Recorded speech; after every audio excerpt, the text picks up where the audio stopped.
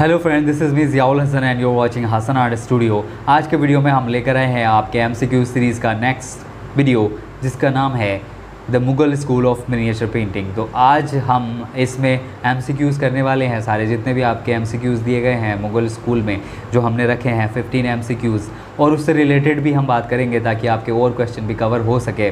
आपके यहाँ पर 15 क्वेश्चन तो रखे गए हैं, लेकिन आप वहाँ से 30 क्वेश्चन कवर कर सकते हैं, क्योंकि हम उनके आसपास की बात भी कर रहे हैं जो कि आपके क्वेश्चन पेपर में आ सकता है। और बाकी की हम चर्चा जब करेंगे जब हमारा सैम्पल क्वेश्चन पेपर आ जाएगा, उसके बाद हमें पता लग जाएगा कि कैसा क्वेश्चन पेपर आने वाला है और कैसे हमें तैयारी करनी चाहिए या कितना और डीपली हमें पढ़ना चाहिए। तो यहाँ पर शुरू कर लेते हैं। जो फर्स्ट क्वेश्चन है आपका वो है, in which medium the Mughal school of miniature painting are made. जो मुगल स्कूल की मिनिएचर पेंटिंग है वो किस मीडियम में पेंट हुई हैं। तो हमने आपको बताया था कि आँख मीच के आप लगा सकते हैं। आपके फर्स्ट टर्म में जितनी भी पेंटिंग है उनका सबका मीडियम वाटर कलर है, लेकिन अगर वाटर कलर ना हो और उसकी जगह टेम्परा दे रखा हो तो वो भी आपका सही आंसर होगा। आप टेम्परा भी लगा सकते हैं। वैसे तो ये टेक्निक माना जाता है, लेकिन आप इसमें अगर मीडियम में आता है और वाटर कलर नहीं दिया जाता है तो आप इसको लगा सकते हैं सही आंसर के लिए। नेक्स्ट आता है आपका question number 2, mention the title of painting done by painter Haji Madni of the Mughal school. Haji Madni ने कौन सी पेंटिंग पेंट की है जो कि मुगल स्कूल की है? Kabir and Raidas, marriage procession of Dara Shikoh, falcon on a bird race, Krishna lifting mount Govardhan. तो हाजी मदनी की जो पेंटिंग है मैरिज प्रोसेसन और दारा सिको, कबीर एंड रायदास तो नहीं है। कबीर एंड रायदास जो पेंटिंग है वो उस्ताद फ़कीरुल्लाह खां की है, और falcon on a bird rest आपकी उस्ताद मंसूर की है। कृष्णा लिफ्टिंग माउंट गोवर्धन मिस्किन की है, मिस्किन। और falcon on a bird rest उस्ताद मंसूर की है। उस्ताद मंसूर पक्षियों का चित्रकार कहा जाता है और वो सबसे ज़्यादा अच्छे पक्षी चित्र बनाता था। तो यहाँ पर उस्ताद Mansoor, question number 2 Ustad Mansur. And marriage procession of Dara Shikoh आपके हाजी मदनी हो गए। एंड कबीर एंड रायदात उस्ताद फ़कीरुल्लाह खां, उस्ताद फ़कीर उल्लाह खान। सो ये आपके सारी पेंटिंग्स के आर्टिस्ट हैं। तो यहाँ पर जो आपका राइट आंसर है वो है the marriage procession of Dara सिको। Okay, next question आता है आपका, name any painting from the Mughal school. तो मुगल स्कूल की किसी भी पेंटिंग का नाम यहाँ पर आपको दिया गया है, उसमें से आपको पहचानना है कौन सा मुगल स्कूल की पेंटिंग, कौन सा आपकी स्कूल की पेंटिंग है। इसकी जगह आपको किसी और स्कूल का नाम भी दिया जाएगा और उसकी पेंटिंग भी दी जा सकती है। जैसे आपके जितने भी चैप्टर हैं, डेक्कन स्कूल हो गया या फिर राजस्थानी पहाड़ी, ये स्कूल के नाम और उनकी पेंटिंग यहाँ पर दी जा सकती है। तो यहाँ पर कौन सी पेंटिंग है? राधा एंड कृष्णा पेंटिंग नहीं है। थ्री गर्ल पेंटिंग ये बंगाल स्कूल की है। Falcon on a bird race जो पेंटिंग है उस्ताद मंसूर वाली वो है, और रसिक प्रिया एक बुक का नाम है। तो falcon on a bird race is the right answer, जो कि उस्ताद मंसूर की बनाई हुई है और ये बहुत फेमस पेंटिंग है। और इसमें जो फाल्कन बर्ड है उसकी भी एक पूरी स्टोरी है कि वो किसी ने उनको भेंट में दिया था या फिर गिफ्ट किया था किसी राजा ने, और इसे एक बिल्ली मार दे उसका पर वर तोड़ देती है या फिर झपट्टा मार देती है, तो उसका ये चित्र बन पाता है उस्ताद मंसूर से, जो कि पक्षियों के चित्रों के लिए काफ़ी फेमस है। नेक्स्ट आता है, name of the painting which belong to the Shahjahan period. तो शाहजहां के पीरियड से कौन सी पेंटिंग बिलोंग करती है? यहाँ पर आपको बताना है, क्या कबीर एंड रायदास, क्या marriage procession of Dara Shikoh, क्या falcon on a bird race, Krishna lifting mount Govardhan. तो कृष्णा लिफ्टिंग माउंट गोवर्धन जो पेंटिंग है वो मिस्किन की बनाई हुई है, और ये जो पेंटिंग है ये अकबर के टाइम की बनी है, तो ये अकबर के इस पीरियड की हो गई। Falcon on a bird rest जो उस्ताद मंसूर पेंटर है वो आपके जहांगीर के टाइम का पेंटर है, जहांगीर के टाइम का पेंटर है, और ये जहांगीर का बहुत ही ख़ास पेंटर या फिर ख़ास दोस्त कहा जा सकता है। और मैरिज प्रोसेसन ऑफ दारा सिको जो पेंटिंग है तो इसमें शाहजहां के बेटे की बारात जा रही है, शाहजहां के बेटे की बारात जा रही है, जिसमें कि बहुत सारे लोग वहाँ पर देखने को मिलते हैं, जिसमें हाथी घोड़े और बहुत सारे पब्लिक, इसमें बहुत सारे कह सकते हैं फिगर्स हमें देखने को मिलते हैं। और रात का सीन है ये, इसमें बारात जा रही है और जैसे शान और शौकत उनकी थी उसी शान और शौकत से इसे बनाया गया है। तो ये शाहजहां पीरियड की पेंटिंग ये है। जो कि मैरिज प्रोसेसन ऑफ दारा सिको है। कबीर एंड रायदास तो पेंटिंग बनाई गई है दारा सिको की रिक्वेस्ट पे बनाई गई थी ये बाद में पेंटिंग, तो ये अवध की मानी जाती है, अवध पीरियड की, तो ये इससे कोई रिलेटेड नहीं है। तो मैरिज प्रोसेसन ऑफ दारा सिको जो पेंटिंग है वो शाहजहां पीरियड से रिलेटेड है। नेक्स्ट आता है आपका who painted the painting falcon on a bird rest. Falcon on a bird rest, तो भैया कौन था पक्षियों का चितेरा या फिर बर्ड का जो क्या कहते हैं मास्टर था, कौन था? वो था भैया उस्ताद मंसूर। उस्ताद मंसूर पक्षियों का चितेरा कहा जाता है या फिर उसे कह सकते हैं बर्ड आर्टिस्ट। तो यहाँ पर आप इनको याद रखेंगे, उस्ताद मंसूर को, ये बर्ड से रिलेटेड पेंटिंग करते थे और ये जहांगीर के समय का पेंटर है, जहांगीर के पीरियड का पेंटर है। और की बात करें तो मिस्किन आपका हो गया अकबर के टाइम का, उस्ताद फ़कीरुल्लाह खां अवध का हो गया, और हाजी मदनी हो गया आपका शाहजहां के टाइम का। नेक्स्ट आता है आपका क्वेश्चन नंबर 6 है, mention the title of the miniature painting done by the Miskin painter of the Mughal school.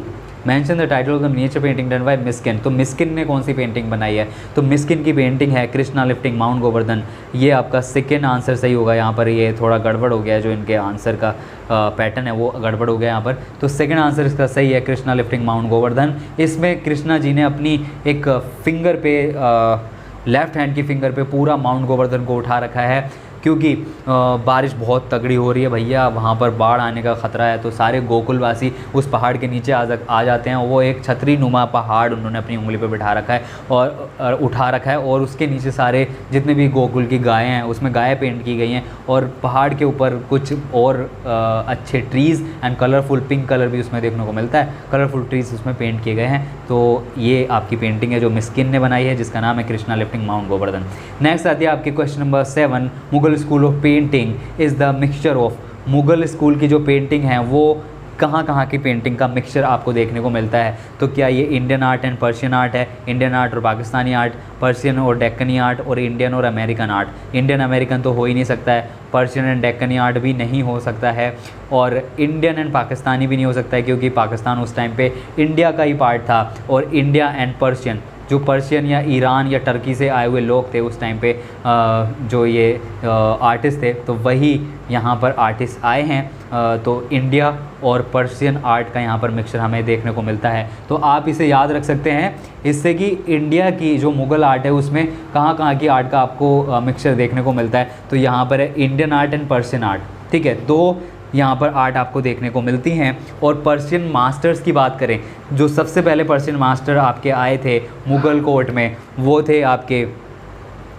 Mir Sayyid Ali और ख्वाजा अबूद समद। तो ये दो पेंटर हैं जो कि हुमायूं अपने साथ लेकर के आया था, और उन्होंने पेंटिंग की यहाँ पर शुरुआत की थी। जो मुग़ल पेंटिंग है उन्होंने ही यहाँ पर डेवलप करनी शुरू करी थी, वो मास्टर्स कहे जाते हैं मुग़ल कोर्ट के। उसके बाद आता है question number 8, who was bring with them two Persian masters Mir Sayyid Ali and Khwaja Abd Samad. तो ये यहाँ पर दोनों की बात आ गई है कि ख्वाजा अबूद समद और मीर सैयद अली ये कौन अपने साथ लेकर आया था? तो यहाँ पर हुमायूं अपने साथ लेकर आया था, क्योंकि जो हुमायूं का बाप था बाबर, तो बाबर को इतना टाइम नहीं मिला कि वो पेंटिंग करवा सके इंडिया में, क्योंकि वो युद्ध लड़ने में ही इतना बिज़ी रहा कि उसने यहाँ पर कोई पेंटिंग से रिलेटेड कुछ नहीं करवाया। लेकिन वो पेंटिंग का बहुत शौकीन था, क्योंकि उसने अपनी जो आत्मकथा थी या फिर ऑटोबायोग्राफी कह सकते हैं, जो बाबर की ऑटोबायोग्राफी थी जिसका नाम था बाबरनामा, जिसका नाम है बाबरनामा,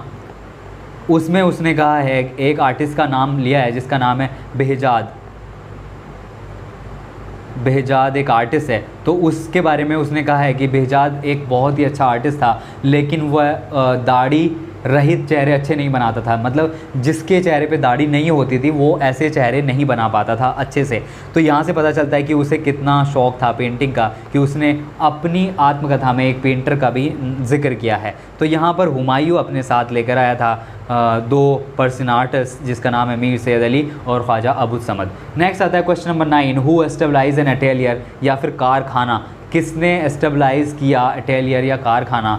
तो अगर हम हुमायूं की बात करें, जैसे बाबर आया था, बाबर ने कुछ काम नहीं करवाया पेंटिंग से रिलेटेड, हुमायूं भी ज़्यादा दिन यहाँ पर राज नहीं कर पाया, तो उसका भी वो अपने दीन पना की सीढ़ियों पर से गिरते हुए, दीन पना एक पुस्तकालय या फिर कह सकते हैं लाइब्रेरी उसने बनवाई थी दीनेपना महल की सीढ़ियों से उतरते हुए, और वो लुढ़क गया और लुढ़कते लुढ़कते उसकी भाई मृत्यु हो गई। तो वो भी ज़्यादा कुछ नहीं कर पाया यहाँ पर। तो फिर उसके बाद हुमायूं का जो बेटा अकबर ने ही यहाँ पर स्टेबलाइज कराया कारखाना, वहाँ पर कारखाना कहते थे अटेलियर को जिसमें पेंटिंग्स की जाती हैं, तो उसे उस टाइम पे कारखाना कहा जाता था।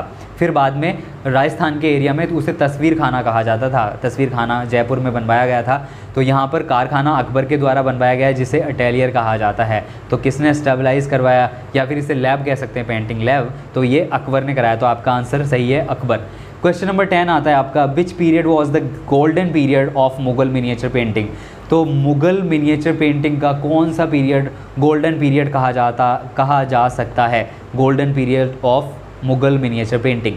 तो यहाँ पर अगर हम बात करें शाहजहाँ की, तो शाहजहाँ को जो आपका ऑप्शन नंबर 1 शाहजहाँ को सबसे ज़्यादा शौक था बिल्डिंग्स बनवाने का, तो उसने बिल्डिंग्स बनवाई हैं जिसमें सबसे ज़्यादा फेमस आपका ताज महल है, ठीक है। और औरंगजेब ने सारे फॉर्म बैन कर दिए आर्ट के, तो इसके टाइम पे तो कोई भी नहीं बनता है कि यहाँ पर कोई भी पेंटिंग हुई होंगी अच्छे से, लेकिन पेंटिंग होती रही हैं यहाँ पर, बहुत पेंटिंग हुई हैं। औरंगजेब की बचपन से लेके बुढ़ापे तक की पेंटिंग या पोर्ट्रेट हमें देखने को मिलते हैं।